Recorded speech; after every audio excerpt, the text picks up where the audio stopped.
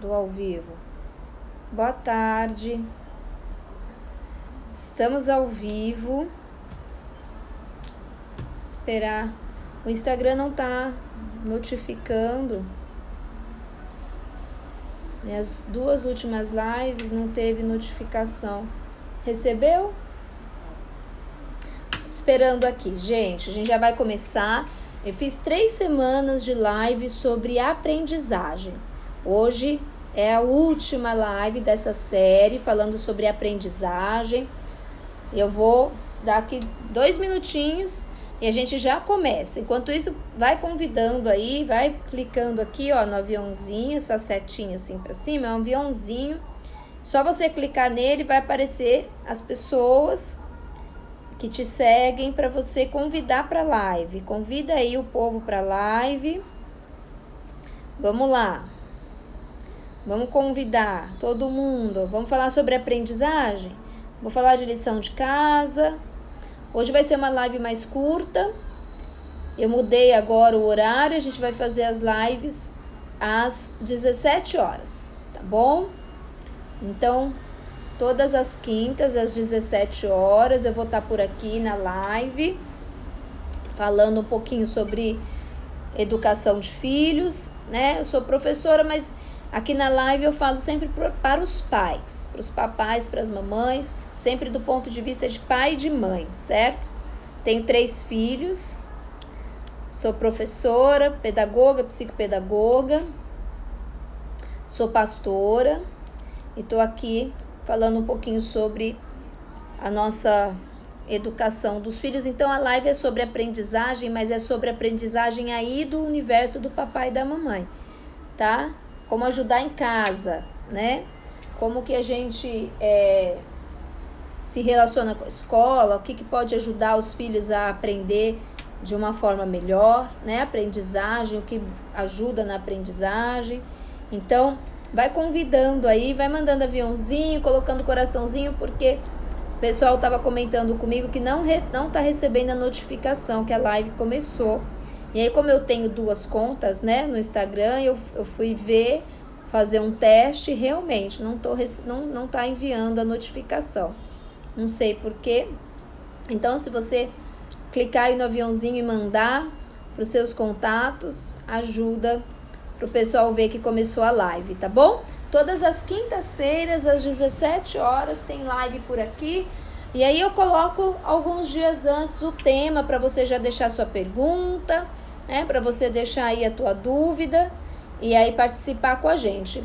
Essas últimas 2 semanas, hoje é a 3ª semana que eu estou falando sobre aprendizagem. Então hoje eu vou encerrar esse tema por aqui de aprendizagem. Quinta que vem eu venho com um tema novo. Você pode falar sobre o que você quer que eu fale aqui também, tá bom? Né? Você quer sugerir algum tema para live das próximas semanas, você pode sugerir, tá? Então vamos lá, gente. Boa tarde, boa tarde. Vamos começar a falar um pouquinho da aprendizagem. Então eu vou fazer aqui uma revisãozinha rápida do que eu falei na semana passada e do que eu falei na semana retrasada, né? Que já é a 3ª live falando sobre esse tema. Na semana passada eu falei sobre alfabetização. E a alfabetização, ela tem 3 P's. Os 3 P's da alfabetização, porque assim fica mais fácil você memorizar, né? Os 3 P's da alfabetização: processo, paciência e pesquisa. Processo, porque a alfabetização, ela não é insight, ela é etapas. A criança vai construindo o conhecimento dela. Então, você vê, por exemplo, uma criança pequenininha que sabe as letras, né? Você aponta, pergunta, que letra é essa? Ela fala, é o M, é o P, é o A. Ela sabe identificar as letras. Ela não está alfabetizada ainda. Ela aprende a escrever o nomezinho dela, né? Na verdade, ali ela decorou as formas, né? Então, ela faz ali o nome dela. Mas a alfabetização é um processo. Então, ela vai construindo o conhecimento dela do mundo letrado, né? Então, a gente tem que ter o segundo P, que é paciência. Como todo processo na nossa vida, a gente precisa ter paciência. Por isso que a alfabetização, segundo a BNCC, né? A BNCC é a Base Nacional Curricular Complementar. Então, o currículo Você pode estar lá no sul ou no nordeste, você pode estar lá no sudeste ou no norte. A base curricular é para o país inteiro, né? O que a escola precisa dar como conteúdo para aquela idade específica, é o BNCC. Então, o BNCC traz a alfabetização como um processo que dura da educação infantil, mais ou menos 4 anos, até a terceira série do ensino fundamental 1, mais ou menos 8 anos. Então, a alfabetização ela vai ser trabalhada pelo professor, vai ser trabalhada pela escola, da educação infantil até a terceira série. A criança ainda está em processo de alfabetização. Então, é um processo. E aí, a gente precisa ter paciência. Olha quantos anos a escola trabalha a alfabetização. A escola trabalha a alfabetização por 4, 5 anos. Né? Os 2 últimos anos da educação infantil, mas primeira, segunda e terceira série, trabalhando a alfabetização. Não dá para você querer que teu filho começou na escola. Ai, meu Deus, porque o meu sobrinho tem 5 anos e já sabe ler, o meu filho já vai fazer 7 e ainda não sabe. Calma. Cada criança tem o seu tempo, tenha paciência, porque é normal a alfabetização ocorrer até o final da terceira série. Espera-se, né, que a criança, no final da terceira série, já esteja na fase ortográfica. Então, no final da terceira série, espera-se que a criança saiba ler um texto, interpretar esse texto, construir pequenas frases, talvez até pequenos textos, que ela consiga, por exemplo, o X e o CH, né? Lá no final da terceira série. Então, teu filhinho tá lá com 4, 5 aninhos na educação infantil, calma, né? Tenha paciência. E o P da pesquisa, por quê? Onde entra o P da pesquisa? O P da pesquisa é porque, por exemplo, se a escola onde teu filho estuda é uma escola construtivista, você precisa pesquisar sobre esse método de ensino. Né, pesquisar um pouco sobre as fases da alfabetização. Então tem lá agaratujo, icônico, pré-silábico, silábico alfabético, silábico com valor sonoro, sem valor sonoro. Você precisa fazer uma pesquisa, quer ajudar em casa, você quer participar da alfabetização do teu filho, você não é da área da educação, você precisa dar uma pesquisada. Né? Dá uma pesquisada sobre a metodologia de ensino que essa escola usa, se é tradicional, babebibobu, papepipopu, tradicional, ok, então em casa você vai trabalhar o tradicional. Se for, por exemplo, construtivismo, e aí em casa você trabalha o tradicional, você vai fazer uma bagunça na cabeça da tua criança. Então precisa pesquisar, né? Então, a alfabetização é um processo, demanda paciência e demanda pesquisa. Então, você pode e deve participar em casa da alfabetização do teu filho. É maravilhoso que você participe, é um momento lindo. Mas precisa ter paciência e precisa pesquisar para poder ajudar, né? Porque quem alfabetiza é pedagogo.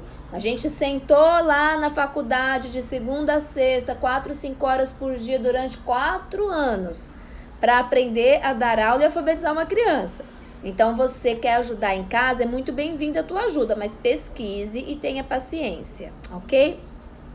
Sobre as aulas online, né? As pessoas perguntaram muito sobre isso aqui nas semanas da aprendizagem. Estou encerrando hoje, hein? Não vou mais falar desse tema aí por um tempinho. Vou falar sobre desfraude, semana que vem o tema vai ser desfraude.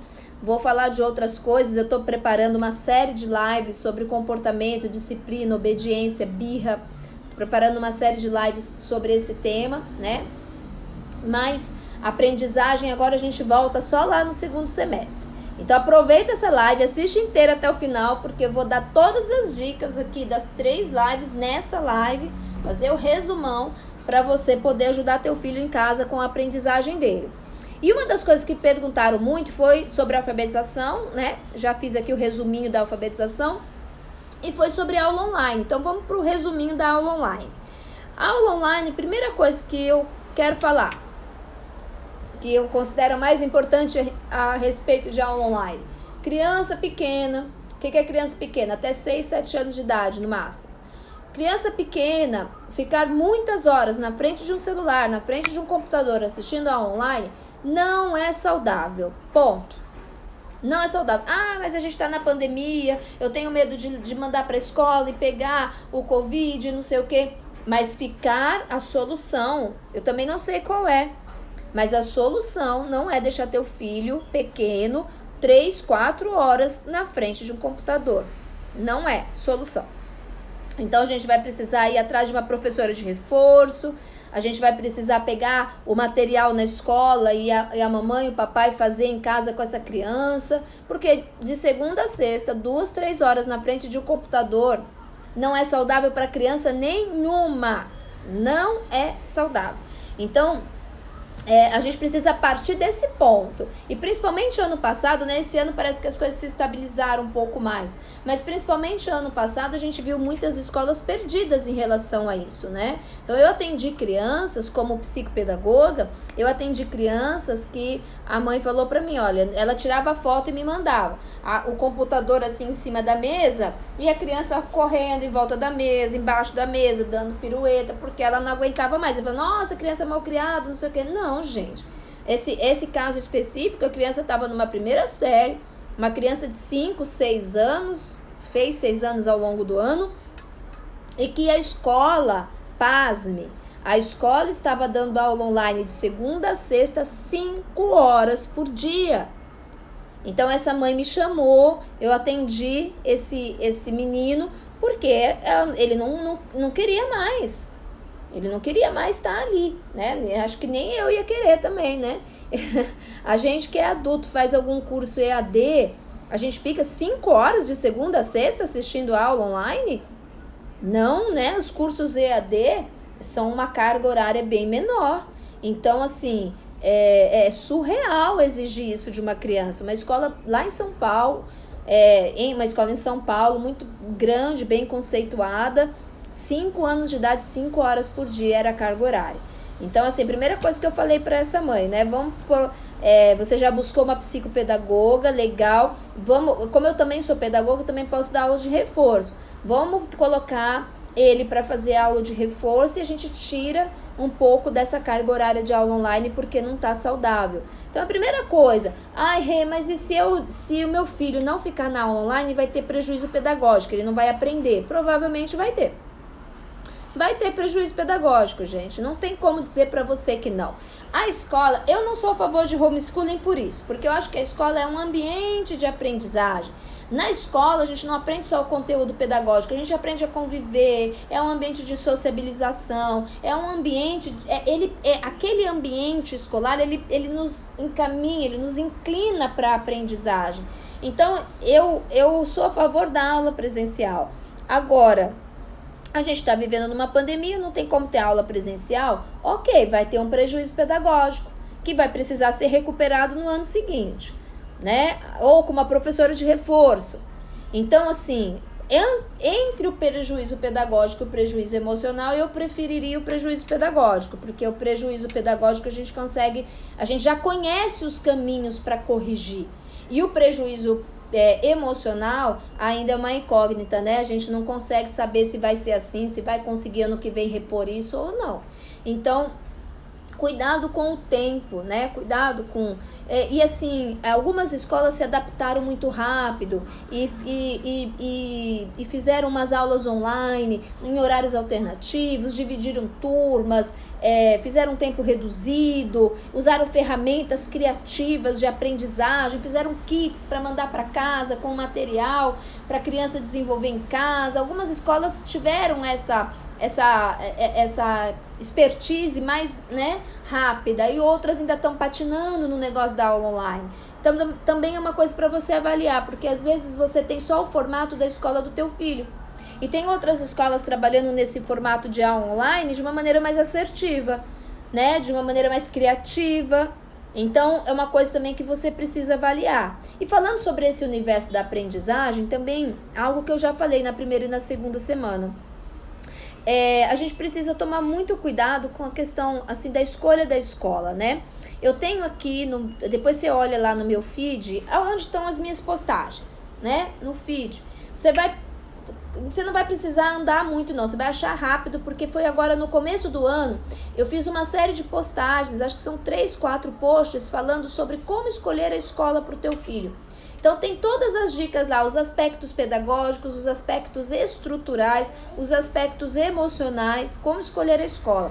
E o que eu vejo muito, às vezes assim, alguns pais, mães muito descontentes com algumas coisas que acontecem na escola do filho, e demoram muito para tomar a decisão de buscar uma escola nova. Eu sei que mudar de escola também pode ser traumatizante, né? Ficar mudando de escola para uma criança não é saudável. O bom seria já ficar na mesma escola de pequenininho até grandão. Esse é o melhor, é o ideal, mas nem sempre dá para ser o ideal.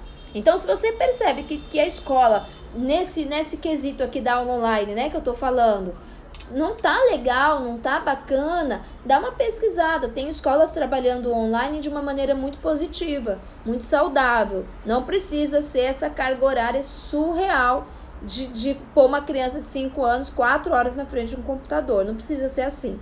Dá para trabalhar de outras formas, dá para ter outras ferramentas sem ser no presencial, que é o que seria o melhor, né? Mas não está sendo possível. Então, mesmo o seu filho que não está no presencial, que está na aula online e que precisa ali do teu apoio, da tua presença, precisa que você esteja ali perto dele para acompanhar a aula online ou para fazer uma atividade de casa, né? O que acontece? Eu vejo muitas mães estressadíssimas porque não estou dando conta, é muita lição, eu não estou conseguindo, e elas estão assim, né, estressadas com essa coisa de escola. O que acontece? Entre você ser professora e você ser mãe, escolha continuar sendo mãe, porque mãe ninguém vai poder substituir, mãe é você, e outra pessoa não substitui. Agora, professora, a gente pode colocar uma professora de reforço, professora muda de escola, tem outra professora, né? Agora, a mãe é você. Então, não queira ser a professora, continue sendo a mãe, porque esse é o papel mais importante que você desempenha na vida do teu filho, né? Tá precisando de ajuda? Busque ajuda. Busque ajuda. É incrível como no meu trabalho, por exemplo, eu dou aula de reforço e atendo também como psicopedagoga clínica. E é inacreditável como a procura, a demanda aumenta de agosto para frente, setembro. Aí todo mundo procura o psicopedagogo, todo mundo procura uma aula de reforço. Por quê? Porque já recebeu uns 2 feedbacks da escola dizendo que algo não está bem. Olha, não está indo bem, às vezes no aspecto emocional, às vezes no aspecto pedagógico, tem alguma coisa acontecendo, não está indo bem, não está se desenvolvendo como deveria. E aí, vamos tentar isso, vamos tentar aquilo, vamos esperar o próximo bimestre. Aí espera o próximo bimestre. Aí vem um outro feedback negativo, não melhorou, até piorou. Aí procura, lá para setembro, uma aula de reforço, porque o filho vai repetir de ano, ou um psicopedagogo, porque está preocupante, porque realmente tem algo de errado. Então, você percebeu que teu filho está com dificuldade de aprendizagem, dificuldade de concentração, que algo não está indo bem, procure ajuda rapidamente. Já procura alguém, já procura um profissional da área da educação. Às vezes você é de exatas, você é administrador de empresa, você é TI, não sei qual é a tua profissão. Então eu sempre falo, pai e mãe são muito bem-vindos para ajudar na vida escolar do filho. Eu diria mais do que bem-vindos, são essenciais. Mas você é pedagogo? Você fez a faculdade de pedagogia? Então, cuidado, você vai ali se colocar como mãe, para ajudar, para acompanhar. Você não pode se colocar como professor. Seria cruel com você e com a criança também, né? Tenha um bom relacionamento com a escola.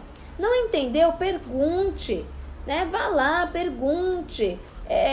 Esses dias eu estava atendendo uma mãe e eu falei assim para ela, pergunta lá na escola da tua filha qual é a metodologia pedagógica que eles usam. E aí a professora responde, olha, a psicopedagoga da minha filha está perguntando qual é a metodologia da escola. E eu não sabia responder, qual que é, professora, a metodologia da escola? Aí a professora respondeu, a metodologia é construtivista, mas eu também uso a tradicional na sala de aula. Aí eu fui explicar para essa mãe, né, porque ela não é da área da educação. Eu falei, olha, essa resposta, eu já mudaria meu filho de escola só por causa dessa resposta, porque não é possível que essa professora fez faculdade de pedagogia para dar uma resposta dessa. É a mesma coisa de você falar assim, você quer ovo? Quero ovo. Você quer cozido ou frito? Eu quero os dois. Você frita o ovo, mas depois você cozinha ele. Eu quero os dois. Você cozinha o ovo, depois dá uma fritada. Não dá, ou o ovo é cozido ou o ovo é frito. Não dá pro ovo ser cozido, frito. E aí não tem como uma professora responder que a metodologia pedagógica da escola é construtivista, mas ela também usa o tradicional. Você entendeu? Então, a gente precisa, como pais, conhecer muito bem a escola que a gente está colocando os nossos filhos. Esse lugar vai ser responsável pela aprendizagem dele, vai ser responsável pela convivência dele, ele vai ficar lá dentro 4, 5 horas por dia. Então, não pense que você está sendo invasiva, que você está sendo chata. Você é mãe, teu filho está ali dentro, você tem todo o direito de saber o que se passa, como se passa, o que vai ser usado, quais as ferramentas. Então, você precisa ter desenvolver com a escola um bom relacionamento e precisa colocar teu filho numa escola que também te acolha, né? Quando a gente acolhe um aluno, a gente acolhe a família inteira. A gente não acolhe só o aluno, né? Então, a escola tem que ter essa percepção, né? Uma escola onde os pais não são bem-vindos, uma escola onde os pais não são respondidos, não tá legal, não tá bacana. Você precisa saber exatamente como é a rotina, a metodologia, a disciplina, as questões disciplinares, como essa escola trabalha bullying, como que é, né? E saiba também, uma coisa muito importante para pai e mãe saber, que a maioria deles não sabe. A aprendizagem não é só sentar e pegar um livro para fazer lição. A aprendizagem não é só ir lá na agenda e falar assim, qual a lição de casa de hoje? Página 76, 75, 77 do livro, vamos fazer. Isso é parte da aprendizagem, mas não é só isso. A aprendizagem é quando você leva teu filho para a cozinha com você e vamos lá ver o que é 1/3 de xícara. Vamos escrever essa receita. Oh, nossa, eu adorei essa receita. Vamos escrever ela para da próxima vez a gente não esquecer, para a gente lembrar de fazer de novo. Né? Pega 2 ovos para mim. Tinha uma dúzia, você tirou 2. Quantos ficaram? É vivência, é prática, é joguinho. Então, é arte, né? Você deixar o seu filho pintar, arrumar a cama é aprendizagem. Então, você está ali arrumando a cama com o seu filho, você está trabalhando lateralidade, noção espacial, forma geométrica. Você pode trabalhar tempo enquanto você faz isso, e equilíbrio, coordenação motora fina. Gente, aprendizagem é dia a dia. Então, quando você tem esse olhar atento, né? Para as atividades do dia a dia, como eu posso ensinar meu filho? Então ele é pequenininho ainda, você tá lá na cozinha fazendo comida, coloca o feijãozinho para ele pegar, você vai passar o feijão dessa bandeja, desse bowl aqui para esse aqui. Então a criança vai fazer esse movimento, isso daqui é coordenação motora fina, isso aqui chama movimento de pinça, é importantíssimo para a alfabetização. E a criança aprende pegando o feijãozinho enquanto você está fazendo almoço. Então, tudo isso é aprendizagem. Você pedir para ele escrever um bilhete para a vovó, você pedir para ele, olha, vai lá no armário para mim e pega aquele creme que no rótulo tem a letra V, que ele é verde, o creme menor. Tudo isso você está ensinando. E tem muitas ferramentas, joguinhos pedagógicos, atividades de artes. Eu tenho um vídeo lá no meu YouTube, depois você dá uma olhada lá, se inscreve no meu canal. Chama Mamãe PMG Psicopedagogia. Eu tenho um vídeo que eu postei lá com mais de 40 atividades de aprendizagem que você faz em casa, com o prendedor de roupa, com a pá de lixo, com o pegador de gelo, com uma folha de revista velha, com uma folha de sulfite, com um copo descartável. Tem mais de 40 atividades de aprendizagem que você faz em casa, com o material que você tem em casa. Tá lá o vídeo no meu canal do YouTube. E tem um outro vídeo que é atividades, se não me engano o nome dele é Atividades Simples para fazer em casa com bebês.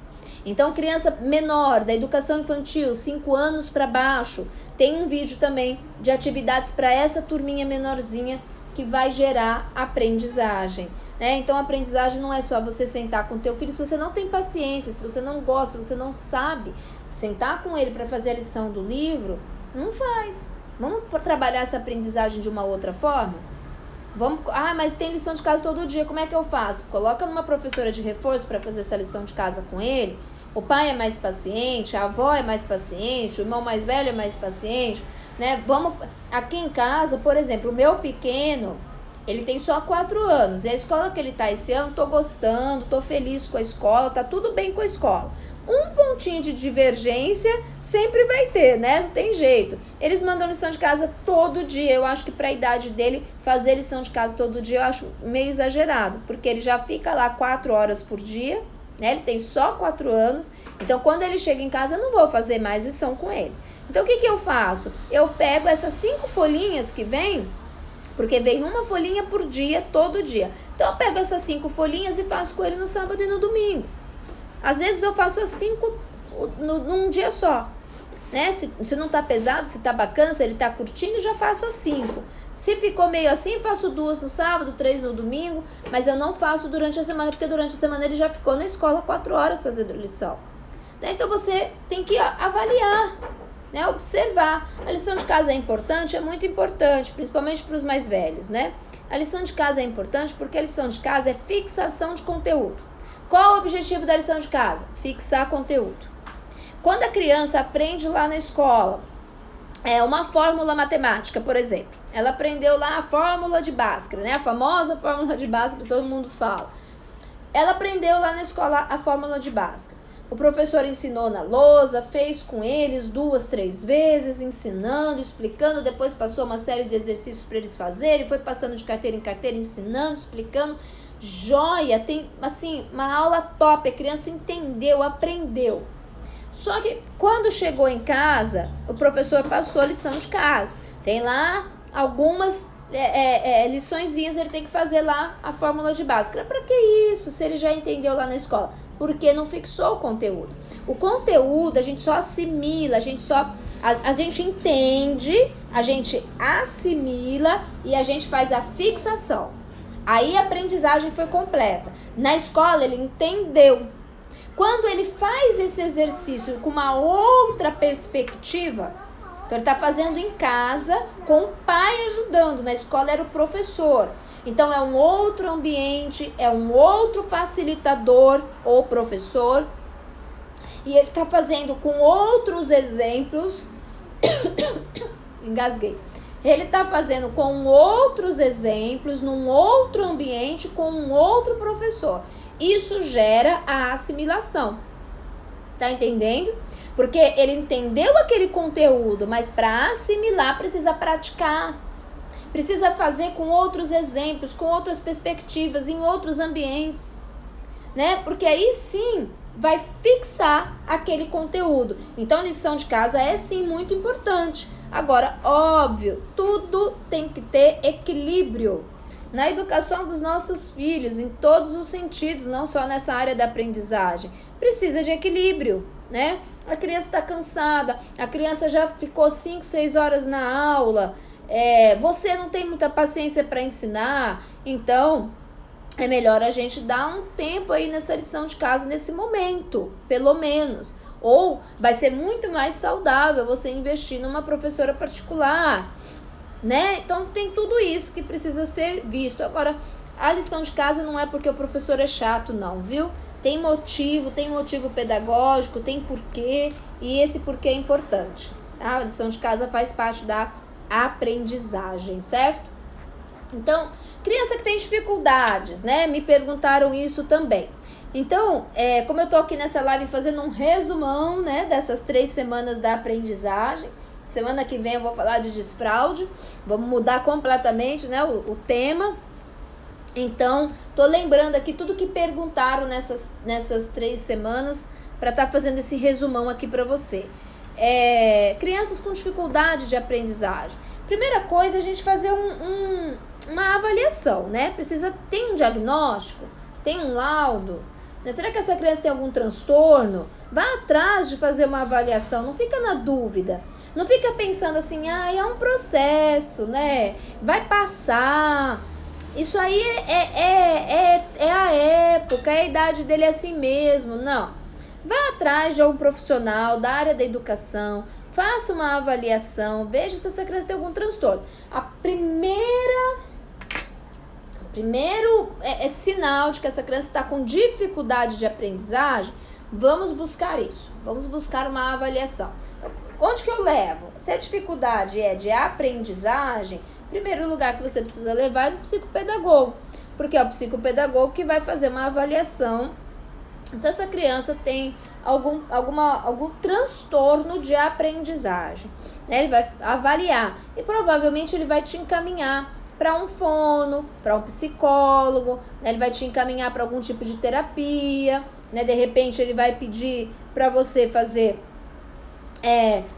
oftalmo, né? Vamos ver se essa criança tem algum problema oftalmológico, se essa criança já fez o teste lá para ver como é que tá a audição.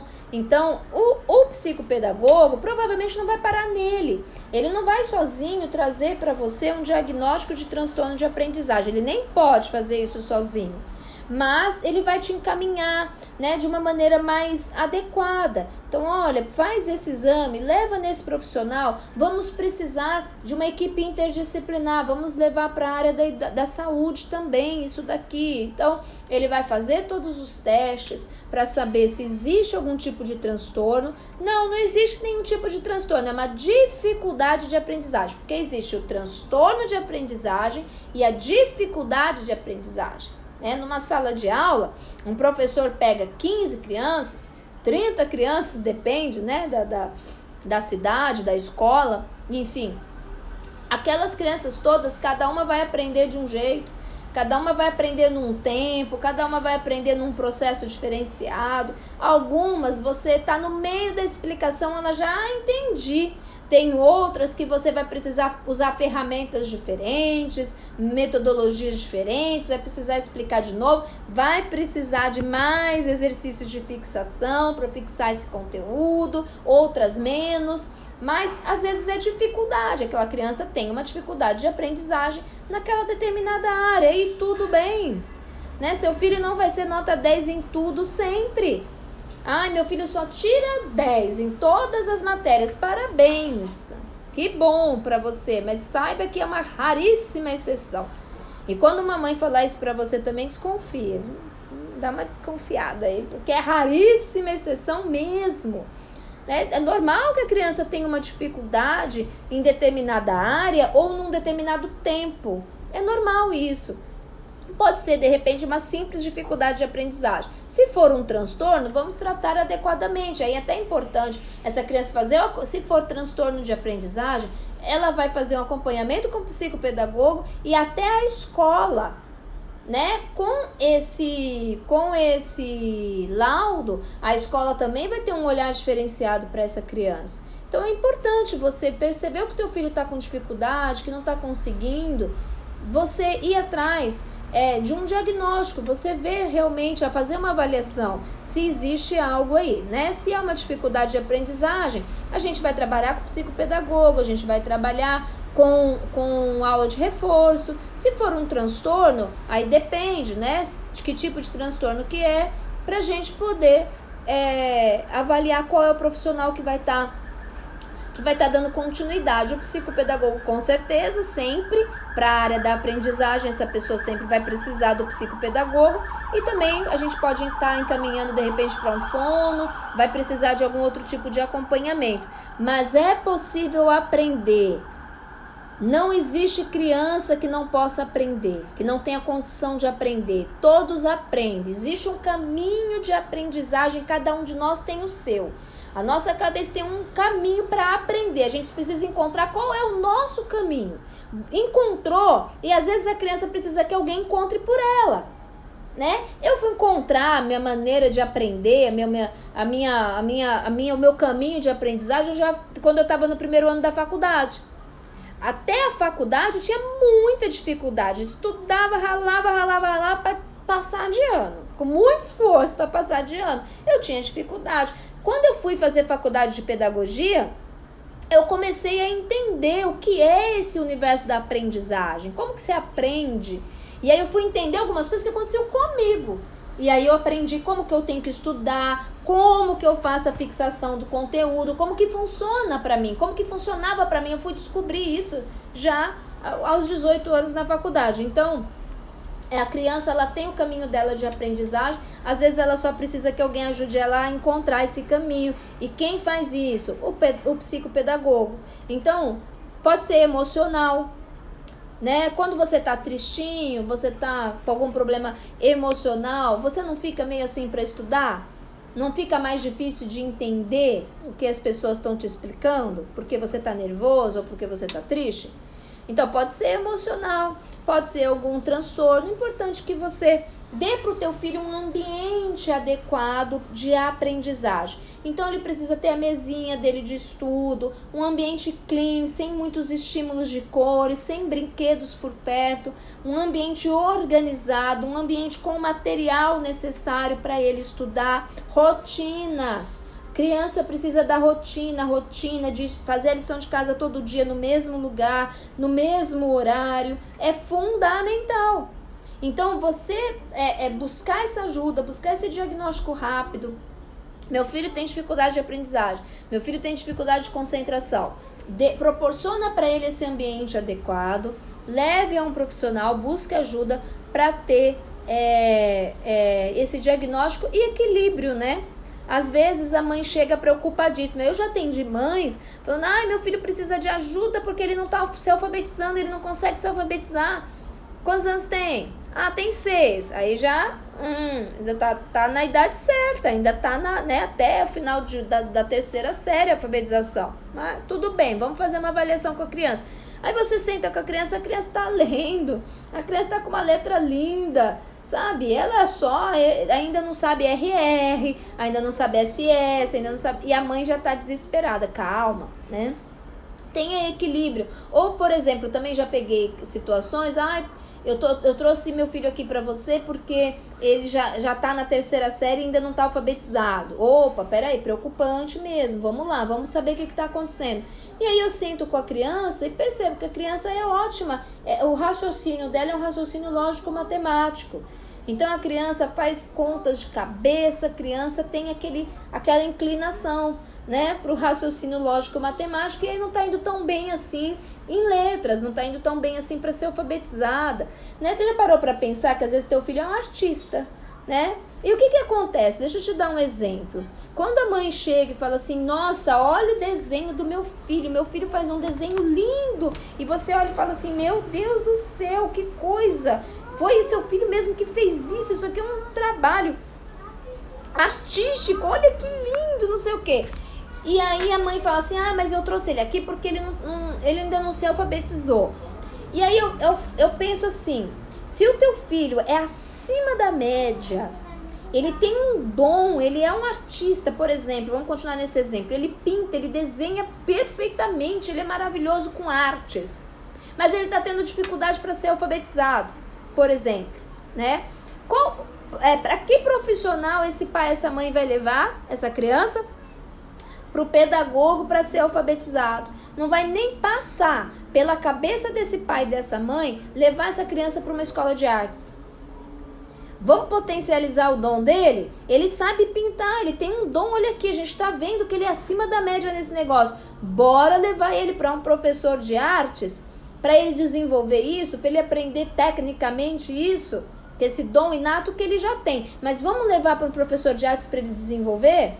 Né? Não, isso nem vai passar pela cabeça dos pais. Vai passar sim pela cabeça dos pais. Levar para ser alfabetizado, que é o campo que a criança está com dificuldade. É correto? É correto, precisa ser alfabetizado, né? Precisa ter Fundamental 1, Fundamental 2, ensino médio, precisa concluir essas etapas. E se precisar de ajuda para concluí-las, ok, vamos levar ao psicopedagogo, ao pedagogo, aula de reforço, claro. Mas por que não passa pela nossa cabeça também levar para a escola de artes? Por que não passa pela nossa cabeça que ele tem aquele dom e que a gente pode desenvolver aquele dom do nosso filho, né? Ele tem o raciocínio lógico matemático muito bom, ele é ótimo de matemática, mas ele está com problema em português.